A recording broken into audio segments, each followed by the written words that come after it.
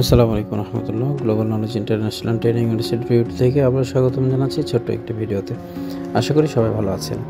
আজকে গুরুত্বপূর্ণ একটি টপিকে যাওয়ার আগে global knowledge international training institute থেকে সবসময় আমি মোহাম্মদ হাফিজুর রহমান আপনাদেরকে মোটিভেশনাল কিছু স্পিচ দিয়ে থাকি।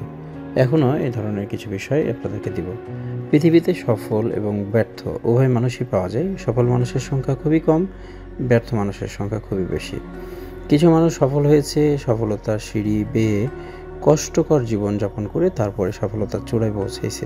আর কিছু কিছু মানুষ শুরুতেই ব্যর্থতার গ্লানি বা পরাজয় মেনে নিয়ে নিজেকে হতাশাগ্রস্ত করে ফেলে।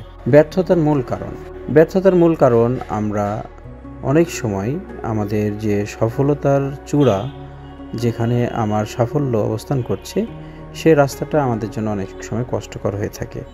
এখন আমাদের কর্মময় জীবন অতিক্রম করতে আমাদের যে কষ্ট করতে হয়, সেই কষ্টটাকে আমরা স্বীকার না করেই আমি আমার জায়গাতে দাঁড়িয়ে থেকে আমি সফলতাটাকে ধরতে চাচ্ছি, যার কারণে সফলতা আমাদের কাছে কখনোই আসে না।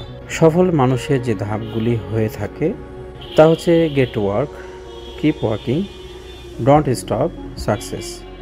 আপনি আপনার যে কর্ম আছে, যে কর্মের মাধ্যমে আপনি সফল হতে চাচ্ছেন, সেই কর্মের দুয়ারে পৌঁছাবেন এবং আপনি কর্মে লেগে থাকবেন এবং আপনি কখনোই থামবেন না। পরিশেষে আপনি সফলতার মুখ দেখবেন। Must be. এটা ছিল দ্য সিক্রেট টু সাকসেস। সফলতার গোপন কিছু তথ্য বোঝানোর চেষ্টা করলাম। বন্ধুরা, এই মুহূর্তে আসুন আমরা দেখি আজকের আইএফ সেকশন সম্পর্কে কিছু কথা বলবো। IF section, that means charging circuit.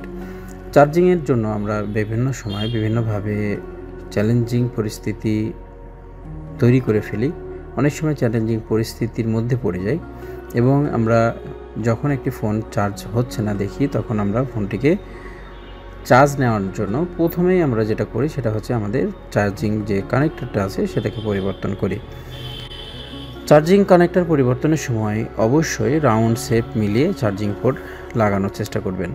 এখানে ছবিতে যে পোর্টটা দেখানো হয়েছে, সে পোর্টের এক সাইডে দেখতে পাচ্ছেন যে রাউন্ড শেপ রয়েছে, আরও এক সাইডে আছে সমান। আর এটা হচ্ছে type B port. Type B port যখনই আপনি লাগাবেন, টাইপ বি পোর্ট পুরো ক্যাটাগরিও যদি মিলে যায় আর রাউন্ড শেপ না মিলে, তাহলে কিন্তু আমাদের নেগেটিভ পজিটিভ দুটো কিন্তু ভিন্ন হয়ে যেতে পারে। তাহলে আমাদেরকে মাস্ট বি চার্জিং পোর্ট লাগানোর সময় টাইপ বির ক্ষেত্রে এক সাইডে যে আমাদের রাউন্ড শেপ রয়েছে সেটাকে নির্বাচন করতে হবে। দ্বিতীয় বিষয়ে আরও দুইটি পোর্ট আমি দেখানোর চেষ্টা করেছি, তার মধ্যে টাইপ সি। টাইপ সিতে এখানে আমরা যেটা দেখতে পাচ্ছি, আমরা সেকেন্ড পিসিবি বা সাব পিসিবি বা লজিকের সঙ্গে, এটা হচ্ছে আমাদের 12 পিনের পোর্ট এবং নিচে যে দুটি পোর্ট দেখতে পাচ্ছি এটা 16 পিনের। আসল বিষয়টা হচ্ছে কি, যে আমাদের টাইপ সিতে মূল পিন যেগুলো হয় সেটা 12 পিনেরই হয় এবং এটা আপনার সেটের মডেল বিশেষে বিভিন্ন সময় ভিন্ন ভিন্ন সংখ্যার হয়ে থাকে।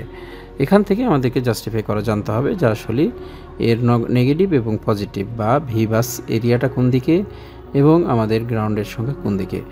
আমি পরবর্তী কোনো একটা ভিডিওতে অবশ্যই দেখানোর চেষ্টা করব টাইপ সি দিয়ে কার্যক্রম করার জন্য যাবতীয় যে রুলসগুলো আছে সেই রুলসগুলো কিভাবে আপনি ফলো করবেন। এরপরে আমাদেরকে জানতে হবে চার্জিং পোর্টের নেমসমূহ। চার্জিং পোর্টের সঙ্গে যে লাইনগুলো থাকে সেই লাইনগুলোর নামগুলো আমাদেরকে জানতে হবে। এখানে আমরা দেখতে পাচ্ছি যে আমাদের চার্জিং পোর্টের আমরা নাম সাজানোর চেষ্টা করেছি। এখানে দেখতে পাচ্ছি রেড কালারে, যেটা হচ্ছে ভিবাস বা আইএফ। এটা হচ্ছে ভিবাসের পজিটিভ লাইন এবং আমরা দেখতে পাচ্ছি যে 5.0 ভোল্ট এখানে থাকবে। এরপরে আমরা যে টিয়া কালারের কালারটি দেখতে পাচ্ছি সেটা হচ্ছে ইউএসবি ডিএন, তারপরে ইউএসবি ডিপি, তারপরে ইউএসবি আইডি।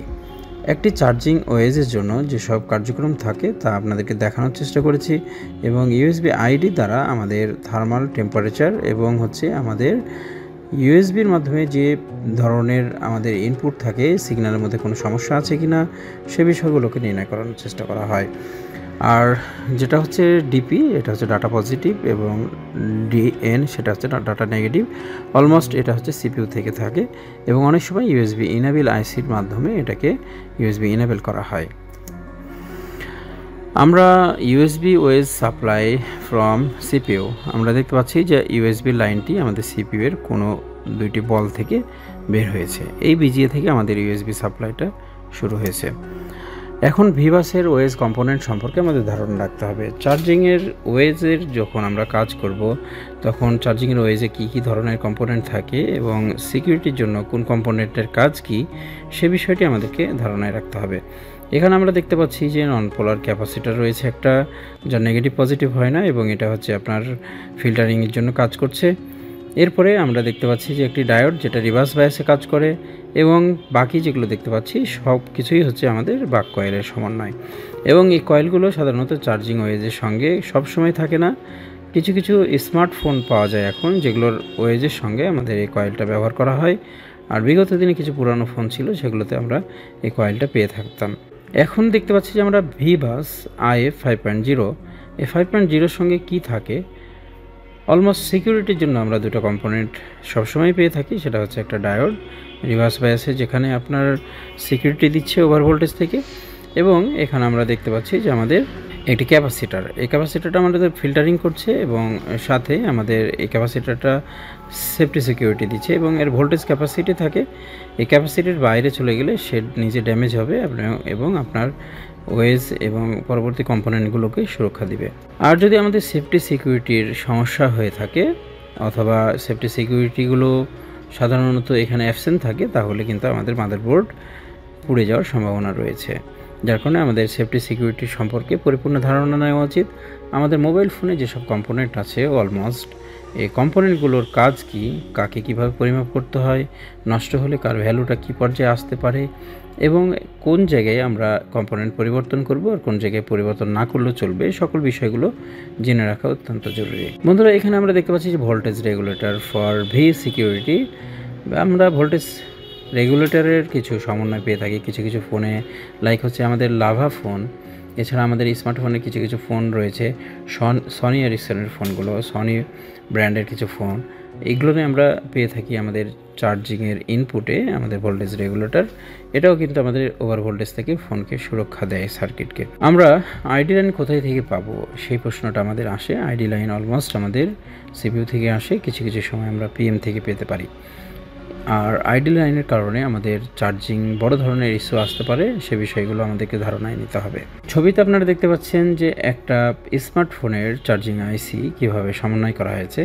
আমরা এখানে দেখতে পাচ্ছি যে ভিপিএস পাওয়ার, সাধারণত এই আইসি ওয়ার্কিংয়ের জন্য যে ইনপুট ভোল্টেজ চাই সে ভোল্টেজটা আমরা এখানে ইনপুট পাচ্ছি। এবং আমি বিগত পিকচারে আমি যে আপনাদেরকে বা কয়েলগুলো দেখিয়েছিলাম, আপনারা দেখতে পাচ্ছেন এই কয়েলের সমন্বয় কিন্তু আমাদের এই সার্কিটেও আমরা দেখতে পাচ্ছি। এই কয়েলটি আমাদের এই ওয়েজটাকে স্মুথ করছে এবং এখানে আমাদের যতটুকু অ্যাম্পিয়ারের প্রয়োজন হয় যথাযথ সেটাকে সাপোর্ট দেওয়ার চেষ্টা করছে। ভিপিএসটা আসছে অলমোস্ট আমাদের একটি এলডিও হয়ে, এখানে আমরা দেখতে পাচ্ছি লো ড্রপ আউট ব্যবহার করা হয়েছে। এটাই হচ্ছে আমাদের বিজিআইসির চার্জিং আইসি। আর আমরা এলডিওটাকে খুব কাছাকাছি দেখলে বুঝতে পারছি যে এটা হচ্ছে আমাদের গ্রাউন্ড, এটা হচ্ছে ইনাবেল সিগন্যাল, ইনপুট আউটপুট।